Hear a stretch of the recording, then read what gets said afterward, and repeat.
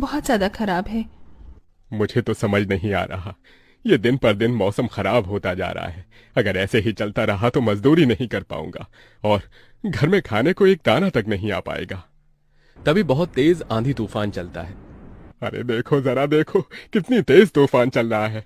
अरे महेश बेटा, तू झोपड़ी के ऊपर तिरपाल तो लगा कर आया था ना? हाँ बाबा, लगा दी थी तिरपाल। और उसके ऊपर तूने ईंटें रखी थी या नहीं? बाबा, ईंट रखना तो मैं भूल गया।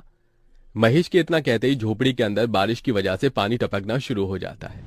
हे भगवान महेश, तूने ये क्या किया? तुझे मैंने कहा था बारिश और तूफान तेज है, तुझे ईंटें रख देनी चाहिए थी। मुझे लग रहा है कि तिरपाल उड़ गई। चल चल मेरे साथ चल। अब तुझे मेरे साथ भीगते हुए मेहनत करनी होगी, नहीं तो पूरे घर में पानी ही पानी भर जाएगा। देवेश इतना बोल ही रहा था कि घर के अंदर वाकई छत से पानी टपकने लगा। हाँ पिताजी, आप सही कह रहे हो, चलो चलते हैं जल्दी से। दोनों बाप बेटा बारिश में बाहर निकलते हैं और झोपड़ी की छत पर तिरपाल को सही से लगाना शुरू कर देते हैं। अरे बेटा, ईंट को अच्छे से रखना, कहीं ईंट गिर न जाए। ठीक है पिताजी, सही सही रखूंगा।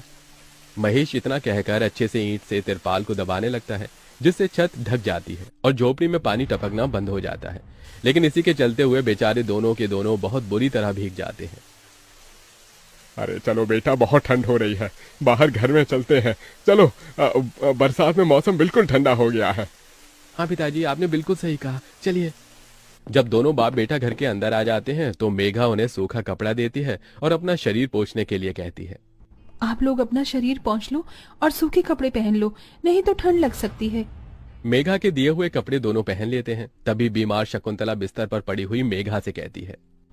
अरे बेटी, तूने खाने के लिए कुछ बनाया नहीं? माँ, मैं बारिश के रुकने का इंतजार कर रही हूँ। घर के अंदर खाना कैसे बनाऊंगी? सारे में धुआं ही धुआं हो जाएगा।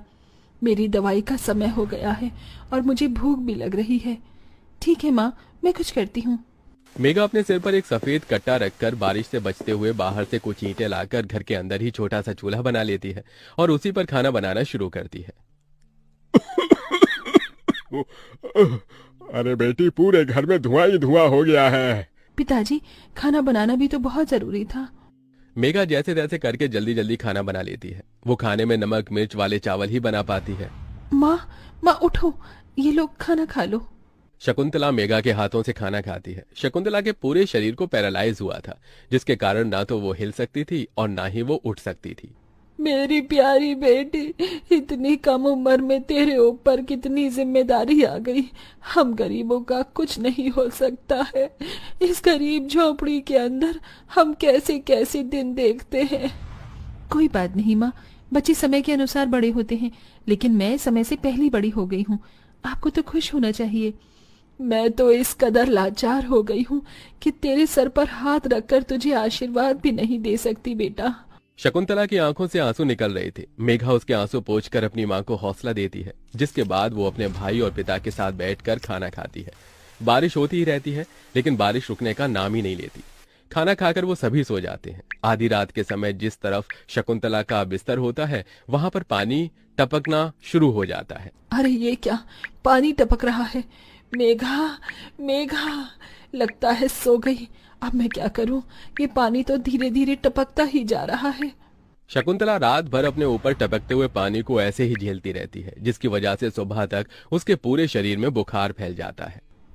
अरे अरे, ये क्या माँ, आपको तो बहुत ही बुखार हो गया है। रात भर ये झोपड़ी की छत टपकती ही रही। मैंने तुम्हें उठाने की कोशिश की, लेकिन तुम्हारे तक आवाज नहीं गई। ये सुनकर मेघा को बहुत अफसोस होता है। वो सूखे कपड़ों पर अपनी मां को सहारा लगाकर लिटा देती है और उनके कपड़े भी बदल देती है। लेकिन तभी अचानक से गांव में बाढ़ आ जाती है। अरे अरे, ये क्या हो, यहाँ तो पानी भर रहा है। अरे लगता है गांव में बाढ़ आ गई है।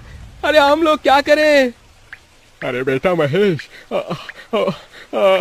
अरे भाई, अपनी माँ को कंधे पर उठा, नहीं तो हम सभी बह जाएंगे। अरे पानी में कोई जुगाड़ करता हूँ बेटा। देवेश फौरन घर के बाहर जाता है। जहां वो आसपास देखता है, उसे एक रेडी दिखाई देती है। देवेश उसे लेकर आता है, जिस पर शकुंतला को लिटा देता है। अरे चारों तरफ पानी ही पानी हो रहा है, हमें अब यहाँ से जाना होगा, नहीं तो पानी में हम डूब जाएंगे। तभी अचानक से उनकी झोपड़ी पानी में डूबकर बह